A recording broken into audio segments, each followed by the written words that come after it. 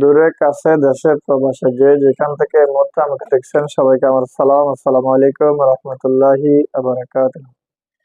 প্রিয় শুভাকাঙ্ক্ষী ভাই বন্ধুগণ, আশা করছি সকলে ভালো আছেন। আলহামদুলিল্লাহ, আপনাদের দোয়া ও ভালোবাসা আমিও ভালো আছি।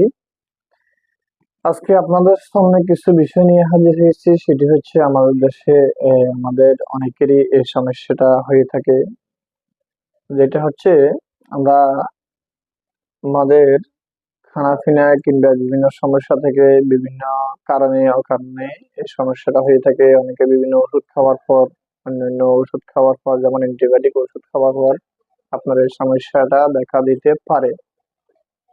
সেটি হচ্ছে আমাদের প্রস্রাবে জ্বালা পড়া। প্রস্রাবে জ্বালা পড়াটা কিসের থেকে হয়? প্রস্রাবে জ্বালা পড়াটা আমাদের অনেক সময় খানা থেকে হইতে পারে।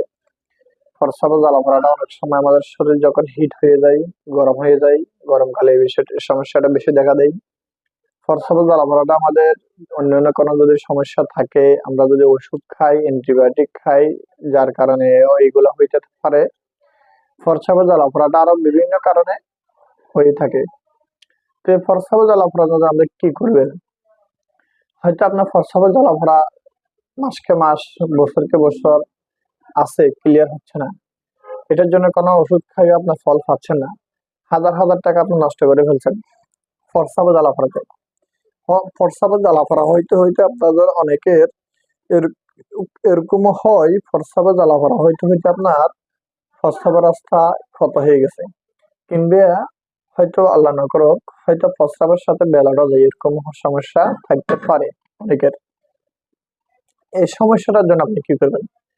আপনার হাজার হাজার টাকা নষ্ট করো, হাজার হাজার টাকার ওষুধ খাওয়ার পরও, বড় বড় ডাক্তার দেখানোর পরও আপনি কোনো ফল পাচ্ছেন না। যদি পেয়ে থাকেন আলহামদুলিল্লাহ, তবে বেশিরভাগ মানুষ এই সমস্যাটা থেকে মুক্তি হইতে পারছেন না। তো এই প্রস্রাবে জ্বালা পড়ার জন্য আপনি কি করবেন, কি খাবেন? আমি আজকে আপনাদেরকে একটা ওষুধের কথা বলবো। এই ওষুধটা আপনি খাবেন, আলহামদুলিল্লাহ আপনার যেরকম প্রস্রাবে জ্বালা পড়া থাক না কেন, আমার এই ওষুধটা খাওয়ার পর আপনার প্রস্রাবে জ্বালা পড়া থেকে আলহামদুলিল্লাহ মুক্তি পাবেন। এই ওষুধটা হচ্ছে এই এই ওষুধটা আপনি কিভাবে খাবেন? এই ওষুধটা আমি আপনাকে নাম বলে দিব, আপনি নিজে সংগ্রহ করে খাইতে পারেন। আর যদি নিজে সংগ্রহ করে খাইতে না পারেন, তখন আমাদের সাথে যোগাযোগ করতে পারেন, ইনশাল্লাহ আমরা আপনাদেরকে দিতে পারবো। এই ওষুধটা খাওয়ার নিয়ম হচ্ছে, আমি আপনাদেরকে আগে নিয়মটা বলে দিচ্ছি, তারপর আপনাকে আমি ওষুধের নামটা বলছি। এরকম চা চামচের 1 চামচ ওষুধ, চা চামচের 1 চামচ ওষুধ 1 গ্লাস পানিতে শরবত গলে প্রতিদিন রাত্রে ভরা